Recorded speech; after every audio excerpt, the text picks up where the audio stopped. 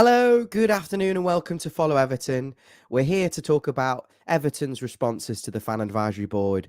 And joining me today to do that is Amy. Amy, how are you doing? You need to unmute your mic, Amy.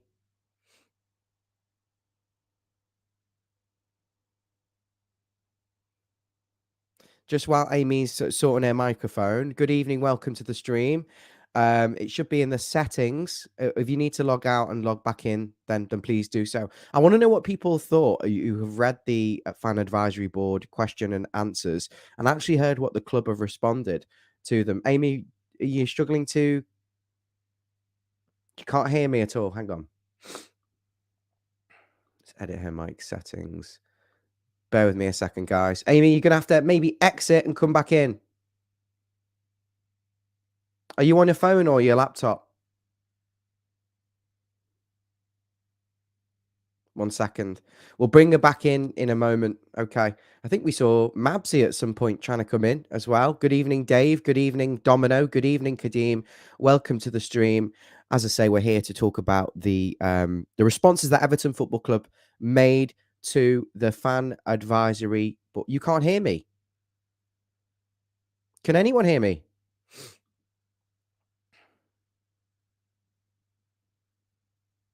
Amy, exit and come back in. Hi, Emma. Can someone confirm in the comments that they can hear me?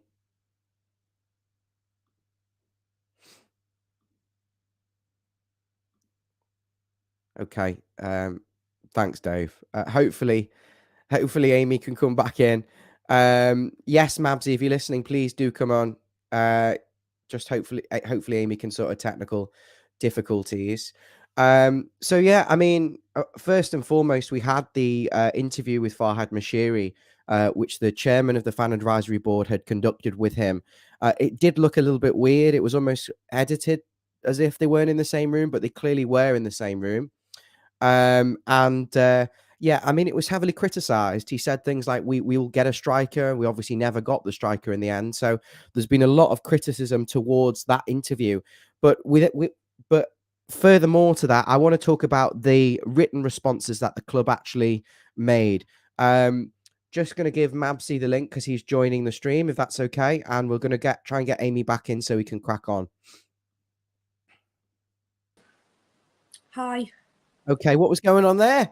I couldn't hear you. Your lips were moving. There was nothing going on, but we fixed it. God will turn it off, turn it back on again.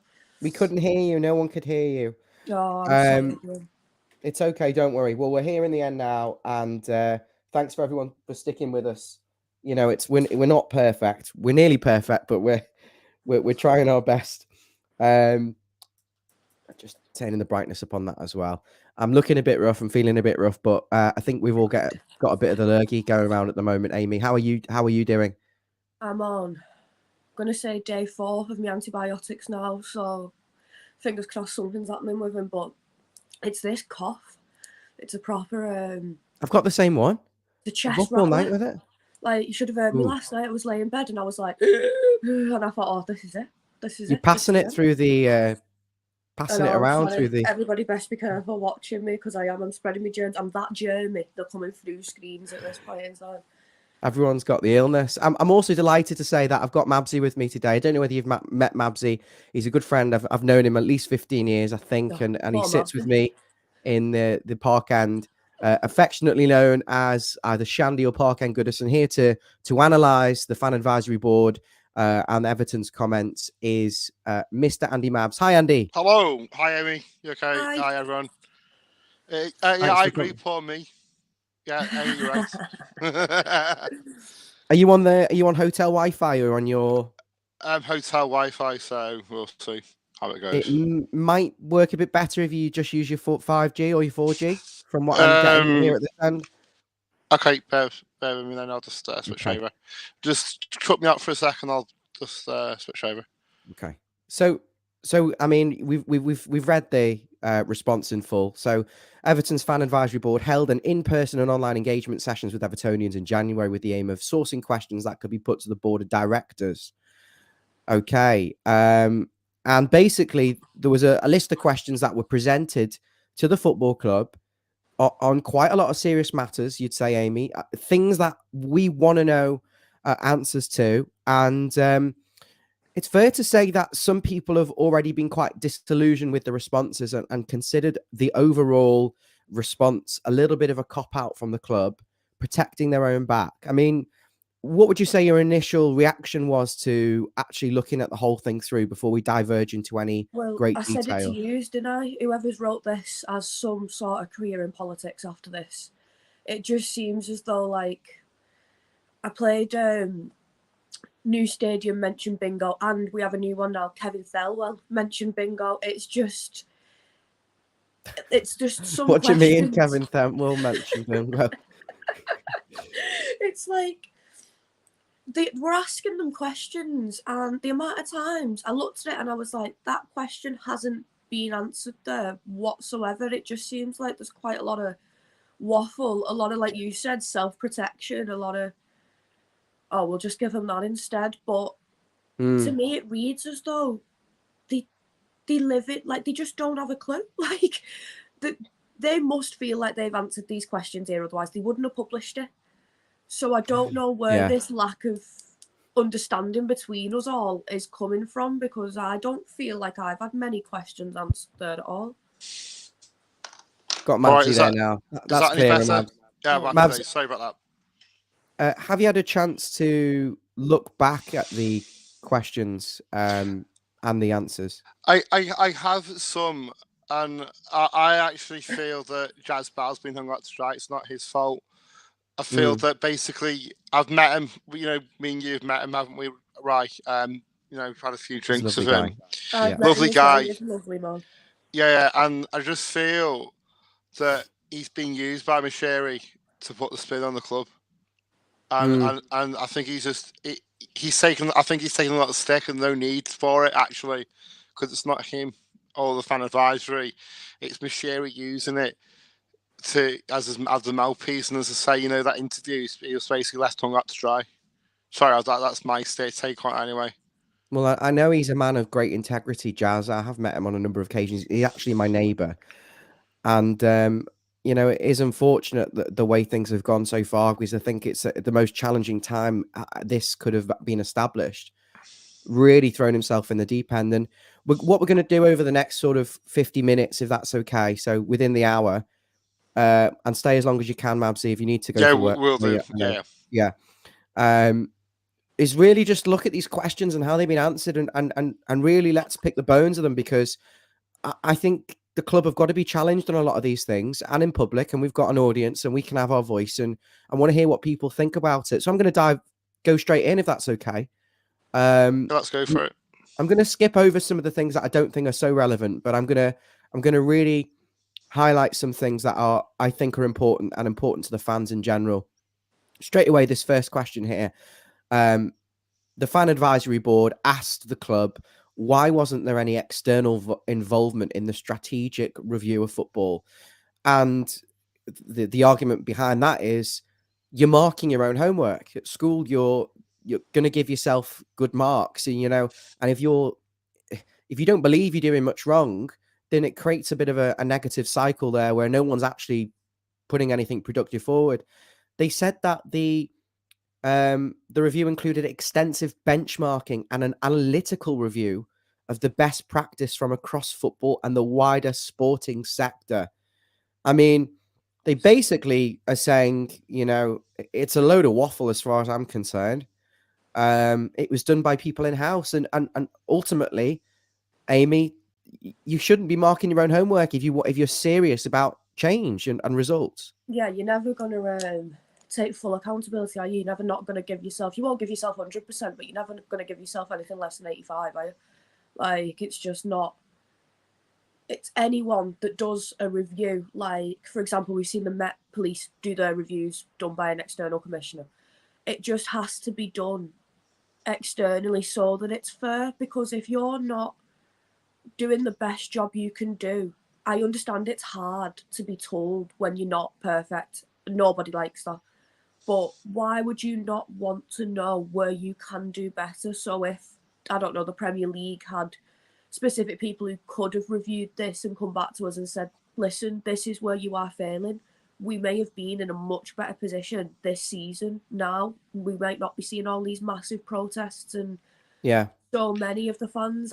From what I can see, it's a solid, well, more than half of us do agree that things aren't going well here. So if that many people are asking you to do a review, like you said, marking your own homework is never going to end well. And that first question there is just a very long-winded way of saying we didn't want to, basically. We didn't want the criticism. Mabs, would you say it's down to arrogance, basically, of the board, because I don't actually think, from what I think, is that they're doing no wrong. They think Mashiri is, I don't know what. Then you got Kenray, which he's always been arrogant, and Bernard Baxnell's just clinging on to a job, because at the end of the day, they are employees at Everton Football Club. So if they leave, they lose their job and they lose the big fat paychecks. You know what I mean? So they're not going to say, "Oh no, we're being very critical of ourselves." You know, notice it's not even been published. No one's seen it. No one's seen any hard copy. You look at, you look at Prent. The one that annoys me is Dave Preno, right? Head of communications doesn't communicate. What's that hang about? on, Mabs. Let's not jump well ahead here. Oh, sorry. Sorry. Let's answer the questions, because from my perspective, I think there are football consultants and football experts externally that they could have asked to do something here. And I personally just don't think they wanted the disruption of anyone external actually coming in to tell them what they're doing wrong. And for me, that's infuriating. And that brings it, onto the next aspect. Why was the football strategy not being shared? And they said they can't do it because it's, sensitive. I understand that. But they said one of the outcome of the review was to bring in a director of football with Premier League experience. But really, when have we shown with any of our signings or any of our managerial appointments or anything that we've done, Amy, that having Premier League experience actually genuinely doesn't matter? Yeah. We've proved that it didn't matter with any of the last managers. All of them had managed in the Premier League before. Yeah, all you need is someone who knows what they're talking about, who has the best qualifications for the job. And if they think that, he's done this job in the Premier League is the only qualification you need, then I could do plenty of jobs that I'm not qualified for then. 26 new staff members as well appointed, and they did move people around, Mabsy. So something's been done, but again, you have to question where the basis of this has come from. It's come from internal factors rather than potentially someone external. And the other argument, I suppose, is that, no one would know the club better, what's been going wrong, than the people who are in it. But at the same time, if they don't believe they're doing anything wrong or that there's nothing wrong, then how can you improve from it? Also, right, if you're an employee of a company, right, and you've made mistakes and potentially sackable mistakes, you're not going to say, "Oh yeah, hand my hands up and I did this wrong," or attack your own bosses who's done wrong, because it's putting your job, your career at stake, isn't it?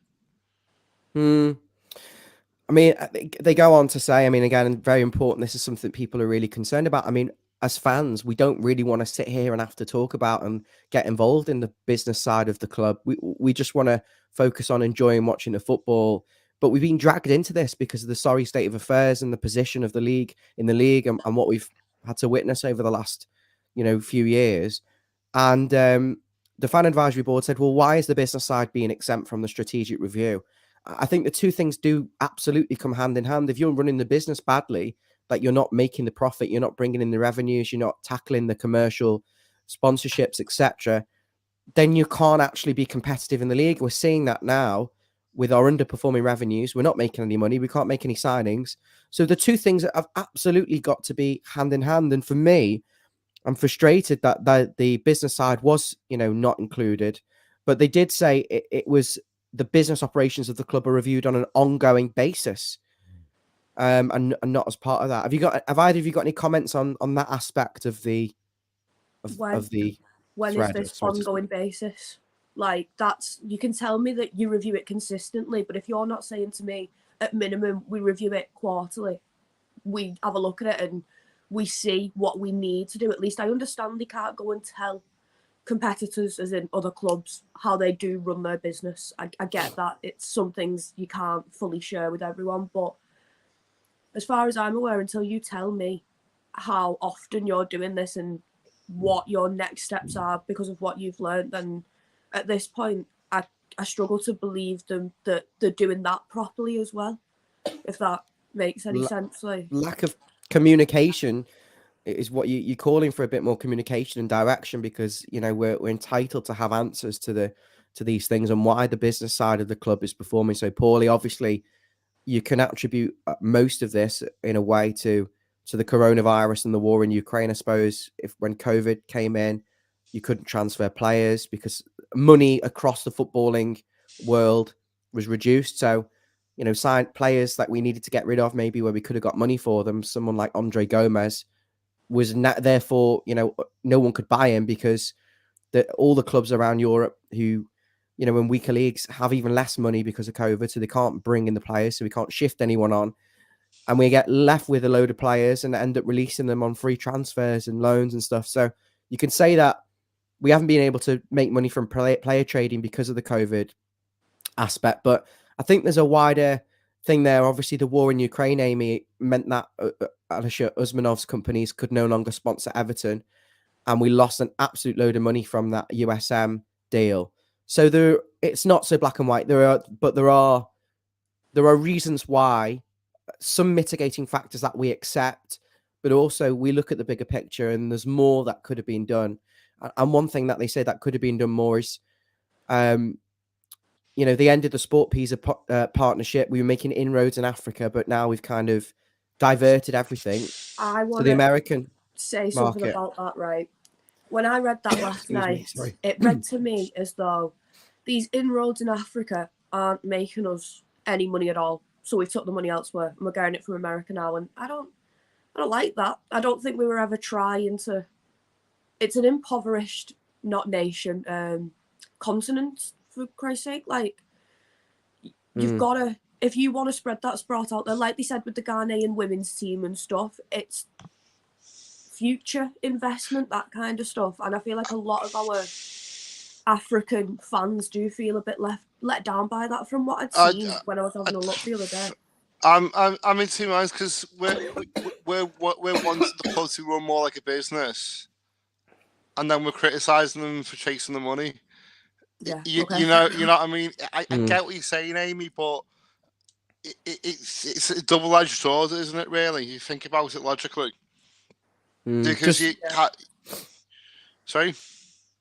No, Mabsy, I was literally just going to say good afternoon to Dave and Alex and Mark and the Blues and everyone who's joined the stream. But if you want to continue on that, I mean, yeah, I think football's a business, and at the end of the day, the cold hard facts is that you have got to chase the money. And I think the frustration is if you don't. I mean, you look at now. If you look on Twitter, if you look of how many people that want to be part of Follow Everton, there's a lot of Americans have put applications, haven't they? Right.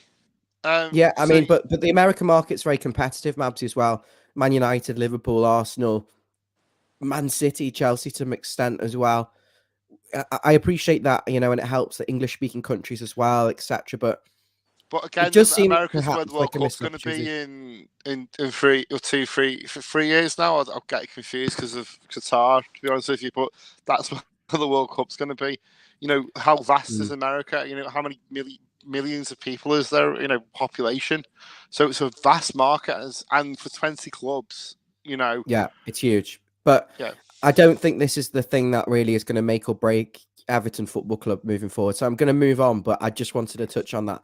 This is a good thing here. This is something that I wanted to talk about. So the club, could they be interviewed by independent journalists? There is a thing at the moment, really the club refused to do any interviews with anyone. The only interviews we've seen really are kind of like Farhad Mashiri going on Sky Sports with his mate Jim White and having a bit of a chit chat and almost damaging the integrity of the club and what we stand for with some comments and things like that. And the fan advisory board have said, well, could members of the board be interviewed? And basically the answer was that they've been interviewed previously and they'll be interviewed in the future. But I think the question is, can we interview them now? Can we find out? We want to know a little bit more. Why there's a willingness for the board to hide and not take accountability? I think it's like you said, isn't it? Like, go on. It's not an independent journalist when it's one of your mates. It's like you interviewing me. You're never going to make me come out in a bad light. You're going to try and help me as much as you can in said interview. Whereas But if you also- have someone who doesn't really know you, who just wants the integrity of journalism to get the answers and pass them answers on to the fans, and that's what they're asking. They're not asking if you've been interviewed before. They're asking, are you going to be interviewed by someone other than your mates? In fairness, though, they are probably scared of being put in the headlock. So, because obviously they're often put in the headlock. Mabsy, I'm far too ill with this sore throat and cough to laugh at your jokes. So I'm just gonna have to. Yeah, very good. I'm really feeling quite rough. The excuse me. I know Amy's been ill for even longer than me, so I apologise. The fan advisory board. Why doesn't the fan advisory board meet with the EFC directors? I mean, apparently they meet. One board of director will meet with them each quarter. I thought there was meant to be one permanent place on the board for them. Not That's quite sure what's going on. my understanding. The might have set up. Well, I may be wrong, but I thought there was actually a permanent place. Well, that's what they promised. Again, more lies on the board, isn't it? Oh, breaking news! Just very quickly interrupt you, Dave Weston. Thank you, Dave. One of our friends of the show, a regular. Dave is saying that Leeds have appointed Watford boss Xavi Garcia. Any thoughts on that? Not really. Not asked about Leeds. One of them. We're gonna use staying up. They're going down. So that ex-Watford boss says it all. Really, I suppose we've got the ex-Burnley boss, but he did take Burnley to 7th in his tenure, didn't he? I suppose in one of the years. So. Well, Watford have had more managers than I don't know, Pizza Express speak. It's a rotating boss. Then the local Weatherspoons would have been more funny. The club has said they're not going to reinstate general meetings. They're not interested. They've got no plans of doing it. Of course they're not, because they don't think they don't legally have to do it, and they don't want to face scrutiny. Basically, everything is about avoiding accountability and scrutiny, isn't it? No interviews, no general meetings. But even if they were to just bite the bullet and say, you know what, go on then. At the end of the season, we'll have one general meeting with you. Like when he said you can judge me at the end of the transfer window. If he said, go on then, at the end of the season, judging by what's happened, we'll have one meeting with you. That would have quieted a lot of the issues anyway. And it's just like they don't care enough to want to just give that little bit of a, what's the right word, a olive branch. They just don't want to extend that at all, and by doing that, they keep ruining the relationship with us that is pretty much non-existent now anyway. To be fair, you know, the club, you know, they can do what they want. They're a private limited business. This is the thing. Ultimately, as Mabsy said, they don't want to do a general meeting. They don't want to do interviews. They don't have to do it. But you know, ultimately, it's the fans' club. You know, and football is nothing without us. And you know, we want to have answers. You know, even if simple things, you know, about recruitment and saying, you know, well, we had these players, we've moved them on, we've made signings, we've taken bad advice, we've made bad deals. I think people would appreciate the little bit of transparency with things like that. And ultimately, it's the recruitment element that's killed this football club completely. Yeah. So it would be refreshing for them to say, look, we bought 10 players, we paid a lot of money for them, they had reputations elsewhere, and they flopped. And they flopped because of this and this and this. And, you know, I'd just like to see more transparency. And I think the director of football, which we'll come on to, I think he's got to do interviews. Good evening, Barry. And he's asking about Dan. Dan's not part of Follow Everton anymore. He's left. But we do have new wonderful Amy. And we're actually in the process of bringing even in better new people. Bless. New people into the channel. We're just going to get Amy set up because she needs a microphone and all the other bits and pieces. But if you're interested also in being a part of the show, being a part of the channel, please contact me on Twitter, search for @FollowEverton, or you can message Jan Dalf. We are well behind with the applications. There's been so many. I couldn't believe how many people have sent videos in. If you sent an application in, thank you so much. We'll get through to it. And I think ultimately we'd like to have a pool of extra people that can support the show and come on and help beyond our core group. So moving on, you know, no general meetings. It is what it is. They didn't go down well. The club were wound up by them. Fans asked tricky questions. They never got direct answers. Probably a complete waste of time anyway on that basis, if the answers are just like what we've seen so far. Just moving on, they're talking about the communication strategy. What is kind of Everton's touched on that. communication strategy? Apart from asking about food and parking surveys. Some of Everton these are committed. hilarious, by the way they're worded. I think, what's his name answering these questions? Who's the last politician who before Boris? I can't remember who it was. But there was someone in charge who kept answering every question without giving a straight answer. That's every single politician in the world. No, it's a Matt Hancock answer. Yeah. It's a Matt Hancock answer. Everton is committed. It's like when he went on, it's like when he used to go on Good Morning Britain and they'd ask him a direct question and he'd start talking about, but so why have we had so many deaths today? Well, actually, because I had a cheese sandwich this morning and, that tasted really good. I was at the shop and then had a coffee. It was great. But yeah, the COVID deaths are really a shame. But yeah, I mean, they're talking about, they're committed to engaging. I love the buzzwords we've got here. Committed to engaging and communicating with the fans through fan groups. Oh, sorry. Go on. Yandalf actually is in contact with Mo I'm sorry, I'm not even going to try and pronounce your name, mate. But Mo at the club, he's in charge of PR and things like that. And we want to get people on from the club to come and speak to us. And I doubt we'll do it, but we've asked the questions, we put it to them, and it all comes down to communication. Everton's communication engagement with supporters compares favourably with other Premier League clubs. On what basis? On what basis is this? This is sending me 100 emails asking me to buy a 50% off home shirt, is not communication. It's the reasons why we didn't sign any freaking players. Well, 50% off transfer deadline day special, wasn't it? yeah, that's from Kitbag about. So it's okay, I'm not signed anyone, but I'll give you 50% off a home shirt. Bloody great, isn't it? I'm really sorry, boys, but we're not going to sign a player. But we have got 90% off last season's third kit, which we wore in the 5-0 defeat at Man City. Yeah, I mean, again, communication's so important because I think even if we don't like the answers, I think just that transparency is nice to know that someone is listening, someone actually cares, someone is actually doing something about this. Guys in the comments, I'm reading every comment. Keep the comments coming in. I'm bringing what you're saying into what I'm saying and with the questions as well. As I say, we've got, as I said, as I touched on before, we've got a communications director in Dave Prentice. No one's there for him for 2 years since he joined. But he's in the back end side of it. It's talked about actually in this that he deals with the media. But he's not tweeted anything. So I'm going to put it out there. Prano, if you want to come out and tweet because of the welfare concern, okay, it says that.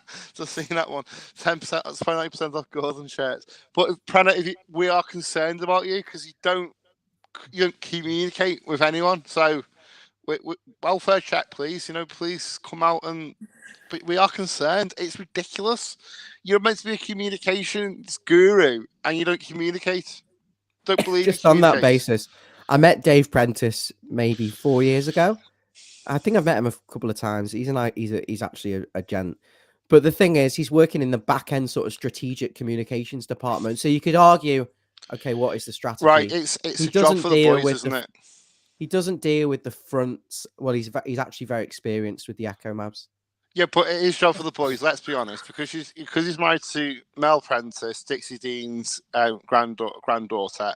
That's how he's got the job. It's not let's not beat around the bush for he's an expertise.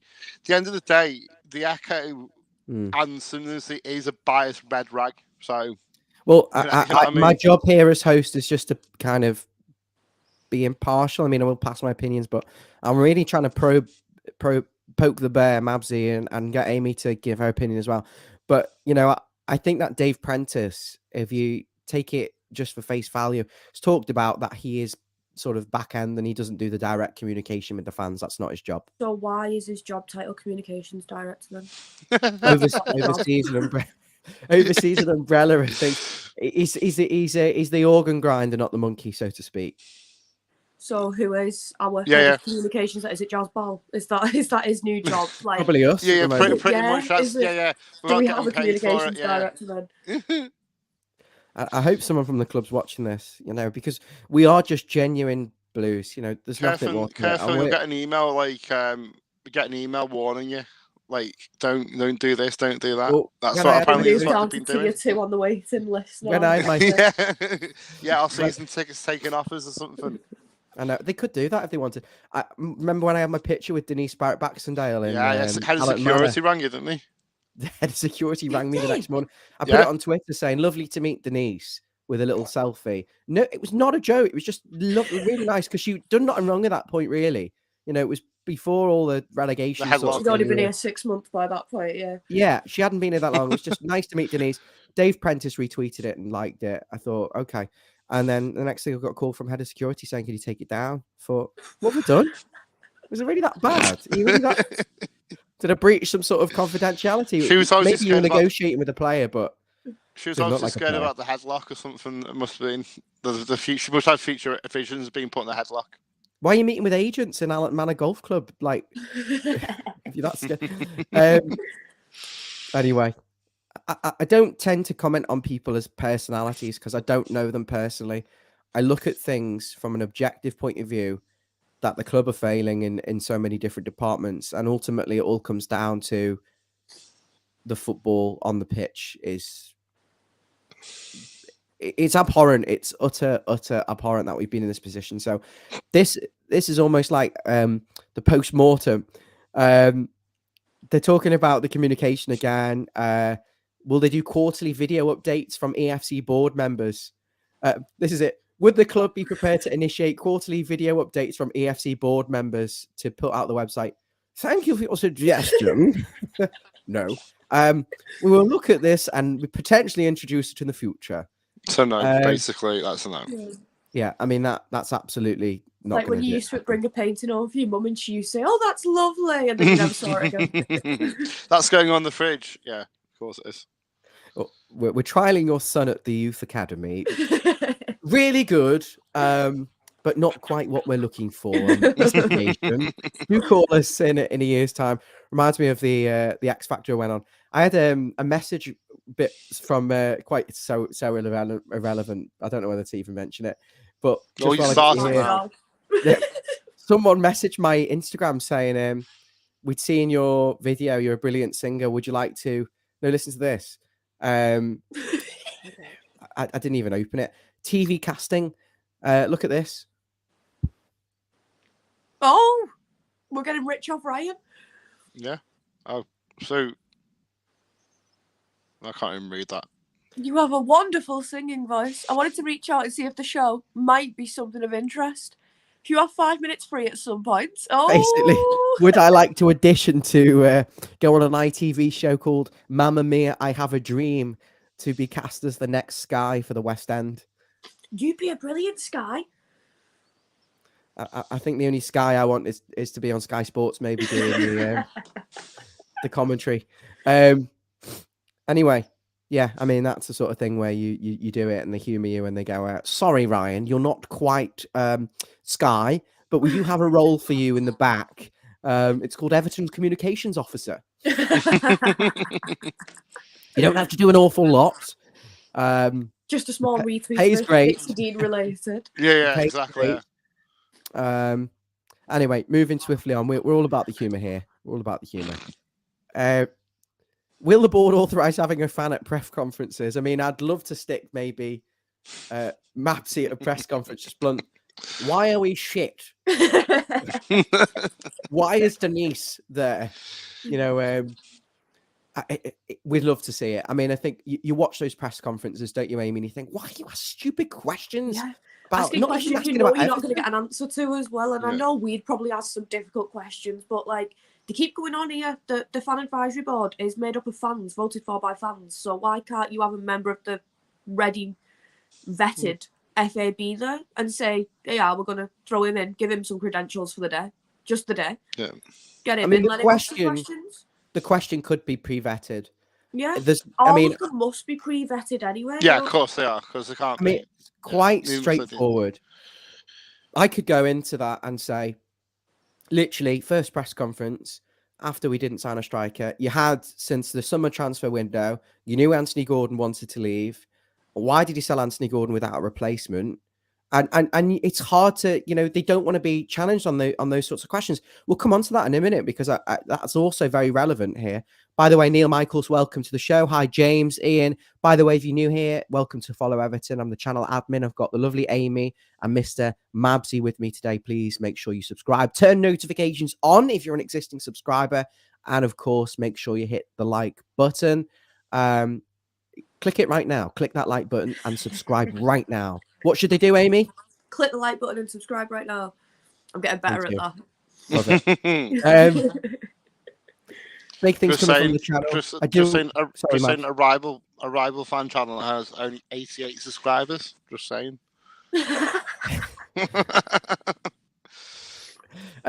What I will say is I do apologise for Yandalf. He was due to be on the stream today, but I do think we have a very, very adequate replacement. Actually, Mavs, even being honest, I really wanted you on this stream anyway, because I think you are my club sort of interrogate. You are head of kind of club affairs and that sort of thing. So well, whatever. You had to be on this. Yeah, well, I'm glad. Is Jan okay? Yeah, he's just got so much going on. It's unbelievable. Understandable. Yeah, far too much going on. He does apologise, but yeah, thanks for stepping in, Mavs. I appreciate it so much. Okay. This is juicy stuff. I mean, I posted this on the group chat last night, and Jeff said, "Do I have to read that?" And I think it was who else said they're not read. Was it you, Mavs? He said, "Yeah, it was me." I said no. I said, "Then I've read it, and it's really good. Read it." For even if it's just for comedy value. Meanwhile, on our other group chat, which is just kind of like Amy's initiation at the moment, I'm not invited to the big boy one yet. I'm not invited to your chat, Amy, so don't worry about it. we're going to integrate the two. I think we were just going to. We didn't want to put any pressure on you, Amy, in case actually you've done 5 streams and gone fucking hell. I can't stand these. He was seeing whether or not I was worth adding into. I'm not putting pretty much, yeah. Bit of both. I knew you'd be great. But no, Amy in the other group chat had actually put in her own she'd put in, oh, look what I've just read, the fan advisory board thing. I thought, fantastic. And Jeff then sent me a message saying, look at Amy, she's brilliant, she's promoted our stream without me even asking. So fantastic. But you can't get this laugh these days, Mab, so you didn't want to read it, but I bet you're glad you did now, because some of this is I haven't read it. Some of it's terrible. The Danjuma Are you literally just going off what I'm saying? My favorite. Yeah. Flaming no, guys, I do apologize. Mavsy was not meant to have said that in public. That's something you don't say when you have 50 odd people. Let's be honest, right? Come on, let's go ahead. Let's fire these. Yeah, let's nail this through. I'm nailing it through. Come on, communication. We've established that. I was joking. I actually read it. Okay, thank God for that. They're saying they're not going to have a fan on the press conferences. It can't be done. It's not within their remit. They'll take the advice on board about potentially having board members being interviewed on the club channels and stuff. But basically, it's kind of like quite conclusive there. Stadium. So people were saying, is the stadium owned by a subsidiary or Fard Mashiri separately from the club? Amy's carrying the team already from Alex. That's quite funny. Hi, Cole. So it is owned. It's a subsidiary of Everton Football Club. So that puts that to bed, thankfully, because there was worries that it was maybe a separate company and then Mashiri could sell Everton and still own the stadium and all this sort of stuff. So that is good. Bramley Moor Dock is financially separate from the club. It's a subsidiary. And then they're going to put it in a Stadco structure, which is commonly seen in stadium financing. I'm sorry, I don't really know what that means. Can someone explain to me what is a subsidiary like? It's owned by Everton. So like if Everton was a tree, it'd be its own branch. Is that? Yeah, pretty much. Yeah. So it's like you just say Argos, for instance. Their stores are probably subsidiary stores. So the big head office is one big company. And then the branch is a subsidiary of that. So it's owned by the company. So if Argos shuts down, all the branches shut down kind of thing. Because they still own the branches, they could be separated. I'm going to explain that differently. Argos, freaking Argos. I'll use an example. Coca-Cola, underneath it, Fanta, Sprite, all those companies are owned by the Coca-Cola company. What? Yeah. Is Fanta not its own thing? Yeah. No, it's owned by Coke. Wow, educational channels. There we go. Thanks, boys. There you go. Yeah. There's No plenty of examples, like TalkSport's owned by the Sun. Yeah, And the I reason I swear, just on this mentioned that channel. is because Mr. Mashiri does a lot of interviews on TalkSport. he does actually, doesn't he? That let's go Excuse around me. to that. He wants someone who understands the city consistently, and he doesn't understand it himself. I Terrible. don't like that. But we apologise for Ryan swearing there. Obviously, we would never, ever fucking read that rag of a newspaper. Well, not even a newspaper, that diabolical sham. Yeah, I'm really sorry for fucking swearing. Now fuck off. Yeah. How has the cost of the stadium increased by 50%? The stadium hasn't increased in costs. To clarify, there was cost certainty. I actually remember reading that last April. I don't know why that question got asked because that was just common knowledge. Because I think someone said, because everyone was like going on the assumption it was 500,000. It's like half a million, half a billion, sorry. And that's gone, and then he said it was 750 million. Did I say billion there? It's like so half a billion. So it's now gone to 750. But I think that was signed with Langs at the beginning. So I think that $500 million was because I think it cost 250,000 million to get to a stage of infilling the dock and getting to the stage of the completion stage. So I think when he actually said that's it on where TalkSport, the way he came across when he said it was the stadium's costing 750 mil. I don't think he really eloquently put it across that the whole cost is and the actual building of the stadium is 500, but everything else is the extra 250. It did sound like it had risen. So the infill was, as I was right. So the infill and stuff like that cost the 250 million. The total was someone's just put Denise. So that Denise is in charge of the building stage. She's not. That's Colin Chong, isn't it? Colin Chong. Quite literally his job. It lists the jobs the board does, and it does say she's the one who's like overseeing everything to do with the new stadium. So you'd assume the costs and that do come down to her as well. It's very interesting, actually. Bill Kenwright, head of recruitment, head of stadium, head of financing, head of with stadium. His 1% share. With his 0.1%. Thank you, guys, so much. It's really good so far. Keep the comments coming in. We've got another 20 minutes, if that's okay. I mean, I'm smashing this through now. Why doesn't the club have any money to spend? They do have money to spend, okay, but we won't specify how much. We must work within the financial parameters set by the league and UEFA.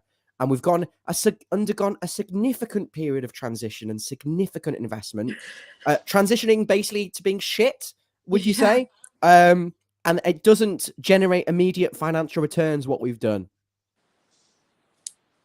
Good business. I mean, that's one of the worst answers, surely, of the lot. Basically saying, we've got money, but we can't spend it.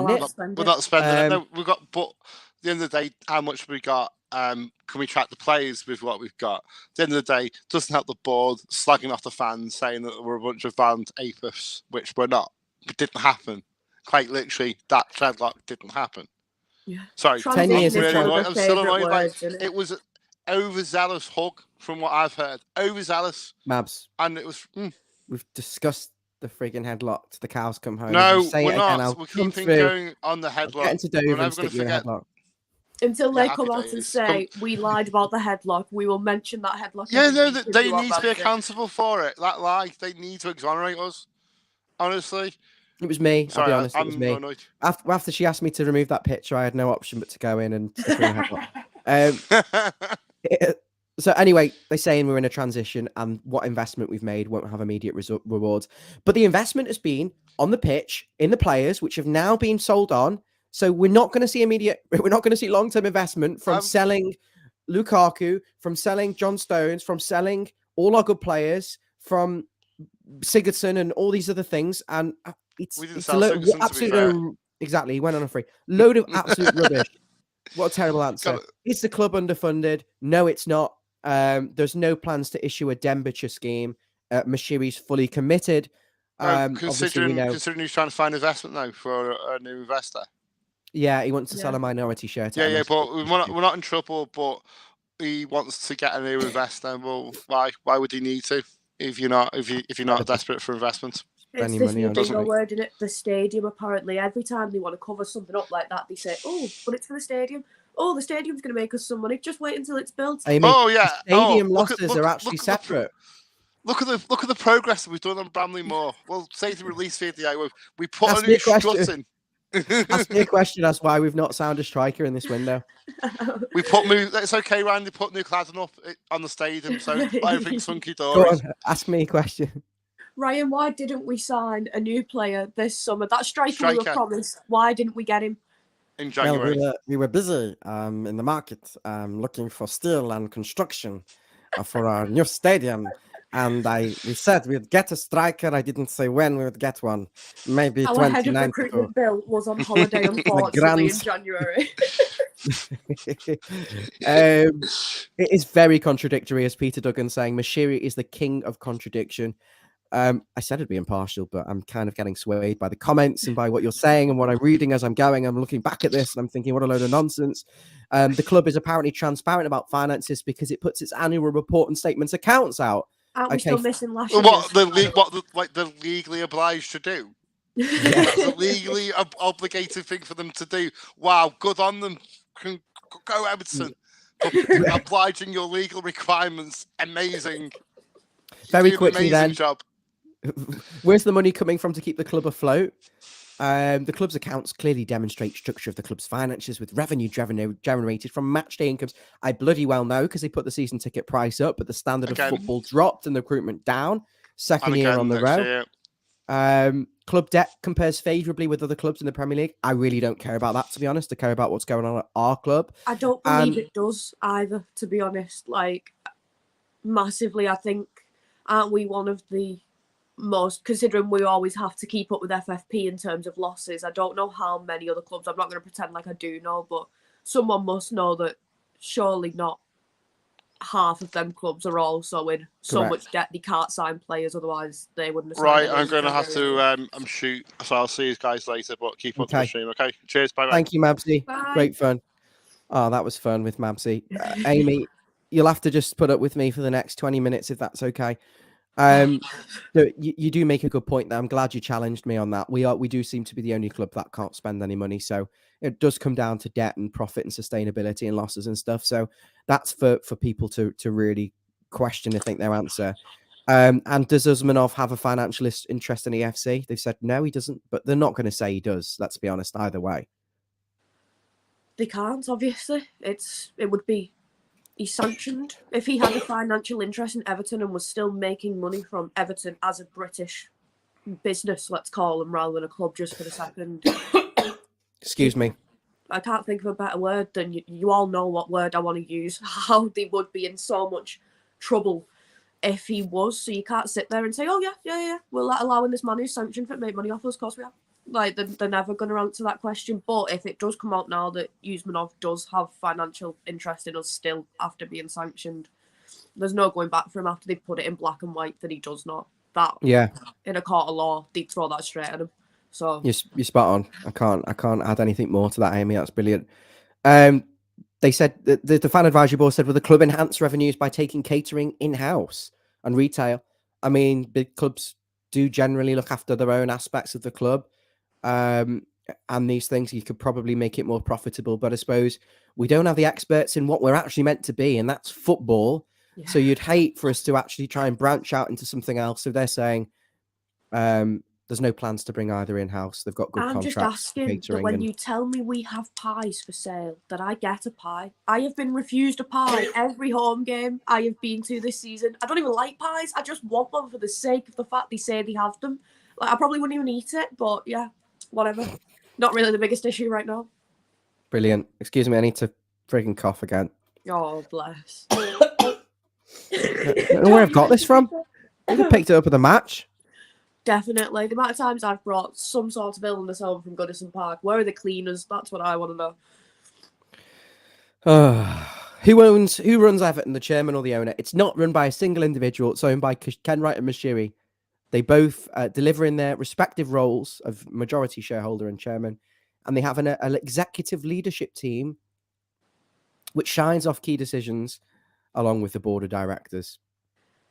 So how many businesses in the world don't know who their owner is? That's what that says to me. It's like, well, everyone owns Everton. We're all in there together. And I don't Well, it's owned by Mashiri, but what they're saying, it's not run by a single individual. It's everyone's Yeah, so doing their it's bit run by collectively. Yeah. one of So the smallest boards in the a, Prem as well, innit? a lot of cooks, but no one actually knows how to turn the microwave on. What's the point in having a board if Mashiri makes all the decisions? That's another question asked. Well, he doesn't make all the decisions. As stated, it's done by an executive leadership team. He did come across in that interview like he makes a vast majority of the decisions, at least, didn't he? Like, that's what he was kind of selling that story to us for a bit, that he's very much in charge, he knows what he's doing, and he does make quite a lot of decisions. So now, apparently, now that the wolf has come knocking, he does not make all the decisions at all. Which again is the accountability issue, in it, like we were saying earlier. Protects his own interests as well. I mean, he's put the money in, so I suppose you would be surprised if he didn't. What is each board member responsible for? This is a bit juicy here, and we haven't got long left, but we'll look at this. Everton have got the longest serving chairman in the league. He chairs the board. He ratifies and signs off on key decisions made by the executive leadership team and supports the director of football with negotiating transfers and players coming in and out. So, I mean, for me, this is why the club needs change, because we couldn't negotiate giving away free bags of food to the homeless. You know what I mean? It's like, sorry to use that analogy, it's probably a bit distasteful, but if that's his job, then he's not doing it well at the moment, and we know he's not well. But yeah, the club CEO is a respected figure alongside sport. Denise initiates, develops, implements in conjunction with that executive leadership team strategies and processes to achieve commercial success for the club. Well, where is this commercial success? Yeah, who said that she's widely respected within football as well? I'd never heard of her until she was appointed for us, and I know I'm not expected to know every business person in football. But... Amy, she was a school teacher. She worked somewhere called Parklands in Speak. Yeah, she's got her MBE in charity, hasn't she? Isn't that she's... So what's charity? I don't think you make any money off charity, so it's not very commercial, is it? Correct me if I'm wrong, but like, I don't think. Like you said, commerciality. Where is the commerciality then? And don't tell me it's the stadium. Like anything other than the stadium. She's involved in the stadium project, it says. Grant Ingles as well is on there, on the board, of course. He's the finance and strategy officer. He's responsible for all financial aspects of the club, including regular communication of financial performance to the board. I mean, again, the one thing that I do commend them for immensely is the stadium, but how much involvement that these actual individuals have got, you know, I don't know, but they all like to come back to the stadium again. Grant's working on the stadium, and they talk about Graham Sharp, who's been. Good thing they can talk about right now is the fact that we have this new world-class stadium that everybody else in the Premier League says is going to be the best stadium in the Championship, and that's the issue, the Championship joke of it. Like, what is the point in having a world-class stadium when we're not even competing for world-class football? The thing is, just very quickly on that, the losses involved in building the stadium don't actually affect on the pitch. They're kind of separate. They're capital losses, capital investment. So they're not does that kind not of affect FFP? No, not in the same way. Not to my understanding, anyway. So they can kind of do the two things that's separate from each other, but obviously they're both very important in the overall, you know, running of the football club. I don't like to comment on things I don't know too much about, but you know, there are things here that I don't have the best knowledge for, but I am going to, you know, kind of mention anyway. Are the board numbers set low to prevent a high turnover? I mean, they've made 9 changes, they say, to the board over the years, but it is a small board. And the fan advisory board asked what led to Denise being appointed. Well, they basically said she was very good with. She was invited by Mashiri and Kenwright. So it sounds like there wasn't any real interview process. I don't think they answer the question there because either they can't answer it or the answer is so bad that they don't want to give us the answer. They just say, well, we invited her and she's a lovely lady and she got an ME, you know, and that's how they answer that one. And there's no process of, oh, well, she was appointed by this interview system because she has these credentials and that's why she sits in this very important seat on our board. It's just, you know, we just know her. She's all right. It's Denise. I think the buzzword is invited there. You know, I would have liked to have said, you know, we interviewed a lot of people, but I suppose invited to the board and being appointed as CEO is different as well. I think the two things are different. But I'd like to know what people think about that aspect of it. But the reality is they made their decision. Apparently, she's widely respected in football, sport, and business, and has an MBE, as you say. They love to mention the MBE, and she's had several prestigious business awards. The lady who runs the shop near me got an MBA the other year. Like, should we invite her into Everton? Brilliant. They're asking about Graham Sharp. People have been calling for Graham Sharp to be removed from the board, for his own integrity as well. He's got a unique skill set, though, apparently. Wealth of knowledge in the game. Yeah, he played football. Doesn't mean he knows how to run a football club. And he's a blue. I get that, but so are we. Yeah, I'll go in then. He challenges the board and the football departments. I mean, again, it's a non-starter. It doesn't make a lot of sense. It was like kind of filling out the board to get another Everton-focused voice. I appreciate that, but you still have to complement these types of people with very experienced, very knowledgeable experts who can run a football club. And I'm pretty sure just saying that you've got experience as an ambassador and doing stadium tours and working on Radio Merseyside doing commentary. He was fabulous at that, by the way. I loved Sharpie on Radio City. Sorry, it's not the right credentials really to have. That's the one that hurts us all the most, in it, that because it's not going so well. Because he's not been there that long as a part of in his current role on the board anyway, has he? Like, but to see it going so badly in terms of the football direction, which is what his job is heartbreaking for a lot of us. Like, I obviously didn't watch Graham Sharp when I was a kid. Of course I didn't, but he was you in your 60s. Hearing, like, obviously, like I never watched him play, but it's sad. We've got in the Legends song that we sing, and it hurts to have to sit there and say he's not doing very well. And for Great his credibility, I want them to just let him go so he can just be an Everton legend, and that's nice. Like, I don't need anything more from him, but now his name's on a flag saying Sharp out, and it's sad. I don't want to see that. It's a pity. Neil saying, get Ronnie Goodless from Merseyside on the board. Some of these great comments. Thank you, Peter and Thorium and Dave and Neil. They're brilliant. Thank you so much for your input. Make sure you like. I know you're regulars, so you don't need to subscribe, but do turn notifications on if you haven't done already. We've only got a few minutes left. The board is the second highest placed in the league. This, Amy, is because Marcel Brands was on the board, and it's based on the 1920 accounts. It's not common, apparently, for the director of football. By the way, he was earning around $2 million in wages to be on the board, and that's why they're saying the board was earning as much. It's not commonplace, so that's why. We all saw that graph, I'm assuming, or enough of us saw that graph to see that they got paid 400 million that year. Might have been, it definitely had a 4 in it, I know that for a fact, but it was the Glazers and then it was us next to the Glazers. Now, this feels like sacrilege saying this, but Manchester United are a massive worldwide name. We've all seen the In-Betweeners movie. The kid knows who the United are. Like, that's the story in it. Like, they are huge, and for us to be next to the Glazers in that much high paid roles for I'm hoping that when the accounts come out this year, then we'll be a lot further down that list now that Marcel Brands isn't the one taking all the money, apparently, because that's what it reads like. Marcel Brands is the reason. Thelwell's on the board, isn't he? Is he not on the board? I thought he's on the director board. Director of football should be sitting on the board, surely. He's the director of football. Well, it doesn't make much sense. That's completely separate. And I get your point. Really, the two things exclusive? Or any other director of footballers around the Premier League on the board? But anyway, Brands was on the board, and that's why it's so high. But then I've read Bill Kenwright gets paid £900,000 a year. Dave is saying no, he's not on the board. Thanks, Dave. Oh, thanks. That's probably to keep the wage bill for the board down. Right, this is some meaty bits here we talk about. We haven't got long left, so we are going to kind of summarise. Why is transfer business left till the last day? I love this question. This is like the sort of thing that we'd be asking.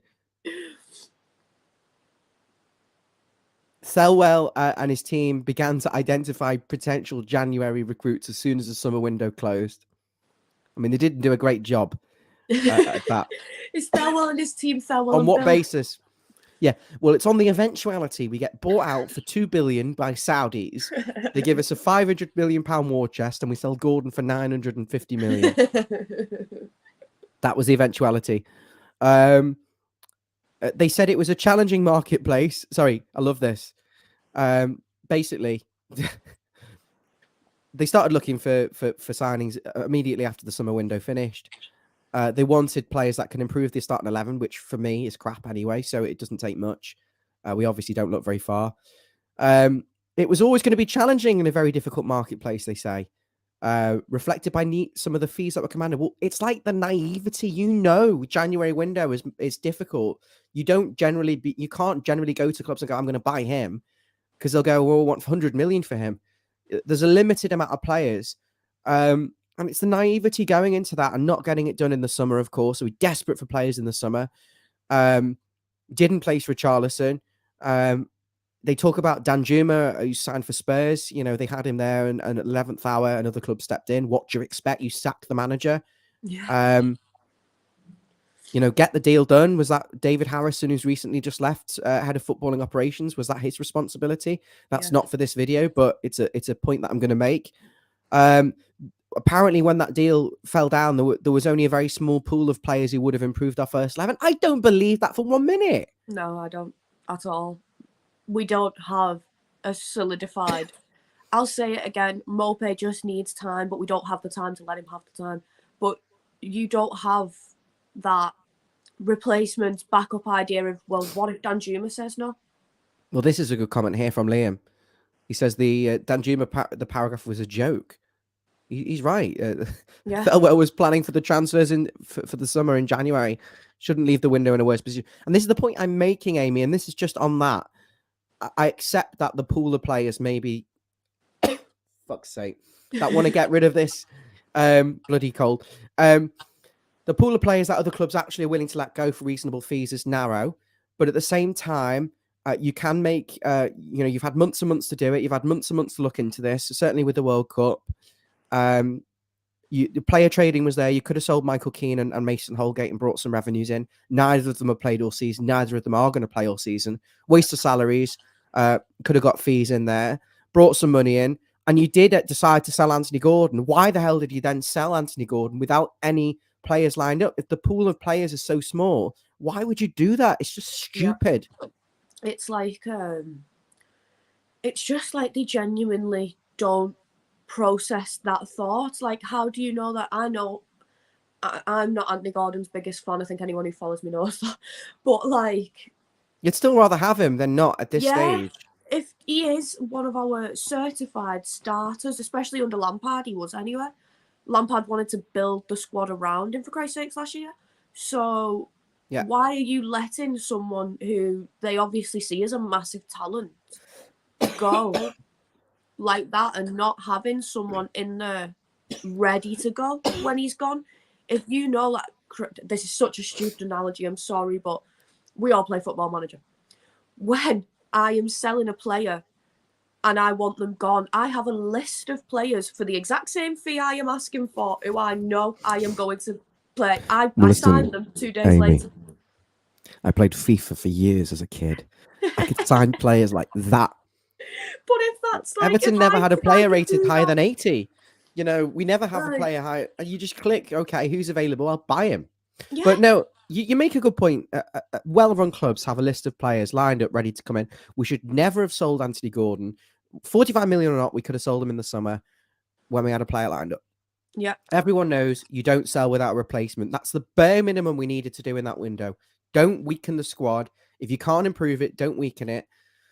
We should have sold a couple of the central defenders and made signings. We didn't. It is amateur, absolutely amateur. They say the negotiating power was impacted by our responsibility to remain compliant with profit and sustainability. Can't you blame just spot 40 million for one player. Yeah.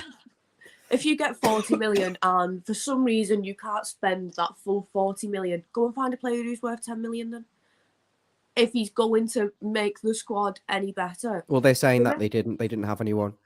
They didn't have anyone who would improve the squad and make it better, basically, who was available. No one in the whole entire world of football, from championship level all the way through Europe and the rest of the world, there was no one. Not one. We get battered playing brilliant 11 better. We got battered by Minnesota United in pre-season. You can't honestly tell me that there aren't players. Bring him in. Exactly, there's players all around the world wherever you are, I mean, they talk about work permit. You left it so late that you couldn't even get work permit for players. You know, you stunk the place out so bad. If you should have sold, if you were going to sell Gordon, at least sell him early on in the window. Well, you know, you've got a chance of bringing someone in, getting work permits if they need it, and getting the deals done. And instead of this whole mess, like they said, they were looking since the summer. They couldn't find anyone. The market of players was small, and they basically had no money. So, but you sold the player for 40 million, which you shouldn't have sold. Neil saying St. Chosen's got 12 goals, I think, this season for Besiktas. We do excuse us for the constant coughing, but I know, I'm really sorry, everyone. I will. as Liam says, that answer about the transfer business is a joke. Yeah. Talking about Usmanov, he wasn't there at any of the interviews. Just on Dave Prentice again, he's in the back end of broadcast and written media, so he doesn't do anything. What is the actual wording of that Dave Prentice question? It's something like, will Dave we Prentice ever see him again in a... Will we ever hear from him? He's like being held captive by ISIS. Dave Prentice is the senior communications manager working within the club's communication department. His role is focused on liaising with the broadcast and written media and supporting wider club communication activity and output. His role does not require him to work as part of the club's fan services team and managing direct communication through pathways on Twitter. Basically, what they're saying is he doesn't get involved in Twitter. He's got no intentions of getting involved in Twitter. He's not involved in any of the front, we would call it client-facing sort of, it's all back-end stuff that he deals with, so you probably won't see him. Sheikh Mansour didn't offer to buy Everton, apparently. NDAs must still be there on the table. Excuse me. Talking about security. Sick of this. Who's giving me this? Someone at the match. Woke up on Sunday morning like this. Anyway, that's all of it. So we've obviously heard the Mashiri interview. We've already talked about that, so I'm not going to do that. But based on the communication, it's a little waffle. So if you all feel like we got absolutely nothing out of that, that is the answer. We got absolutely nothing out of that. Like, I now know exactly what every member of the board's job is. I know we're skint. I know we're building a new stadium. And I know they're very happy with the fact that they appointed a director of football after they sacked the last one. And that's about that. Like, well, very funny, Amy. What I probably would take from this, I'd say the only things that I really didn't know already, maybe the stadium is owned by the football club. Yeah, it's confirmed. Then the stock costs have increased. I laughed at the comment to do with the transition of the club. You know, we're in transition, and the rewards of this transitional period won't be seen for a while. God's sake. So maybe in about 20 years, my children will see the rewards of this transition, because we don't have a timeline for the transition either. And I'm sorry, I will try to be more impartial next time we discuss this. But no, your job is not to be impartial unless you're the host. And I wasn't impartial either. No intention to bring catering and retail. All decisions are made by an executive leadership team. Ken Wright's involved in all negotiations for incoming and outgoing players. The reason we had the outgoing, the highest paid board was because of Marcel Brands. We were looking for players the summer, but we wanted Danjuma. And then by the time he rejected us, there was only a small pool of players available, and we had to stay within profit sustainability. Maybe with 40 million, you couldn't even buy a slice of bread, according to Everton Football Club. My question, obviously, I query why we sold Gordon without replacement. And they also confirmed that Dave Prentice works in the background and that Usmanov's not involved in the club. Well, they had to say that. So there's things that I can take from it. I really need to go and have a glass of water. Yeah. You've all seen that kid coughing meme. That's exactly what he is today. Oh. I had to brave it. I signed up for this stream and I thought, what am I doing? I feel like rough. Just want to stay in bed. Have you got antibiotics? Have you been to the doctors? No, it just everybody tell Ryan to go to the doctor. My dad said he's got the same thing, and we both went to football on Saturday, but we were trying to identify who we both interacted with that gave us the stream, not the stream, the this horrible virus. Anyway, Amy, as always, exactly, but we drove. So someone in the car, it was either Jasmine or Basil from the channel, so one of them two. But both of them have got the cold, so it's very mysterious. Anyway, thank you so much, Amy. Enjoyed having you on. Thanks, guys, for watching and listening. I hope this has been fun and informative, and yeah, and it's been a laugh, I think, and also quite interesting as well, just to pick holes of these answers. And we'll be back on Thursday with the match preview. Big news: Jeff has ordered Jeff's ordered a professional microphone, and some lights and a background which is blue, and I'm sure he's really excited to show that off. He'll be on the match reaction on Saturday. I'll try and get him on the preview on Thursday if he's not working. So that's something to look forward to. We're going to help Amy get a good setup for future videos. If Amy wants to keep coming on the channel, we need to do that. She's going professional. I don't know whether he's ordered a new router. He said he was sorting it. Yeah, honey and lemon. Thanks, Peter. And all those in the comments, you know, I read every single comment and they help. And I'm sorry that we haven't read as many probably as we could have, but just with the length of this bloody load of waffle, it would have been quite difficult to stop every minute to go back and look over everything. But we do really value that. Make sure you are subscribed if you haven't already, and like. Amy, I'll call you at about 5 o'clock or something, and we'll have a talk about the setup stuff. Does my mic sound nice and clear?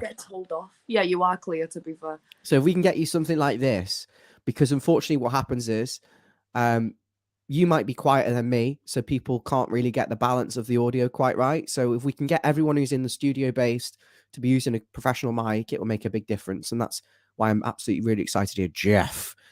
No, he's going to be like, yeah, well, shit. But yeah, great. Thank you so much. Thanks for all the wonderful comments. Mr. Blue Sky saying Amy's a great addition to the team. Are you enjoying listening to Amy as much as us? Goodbye.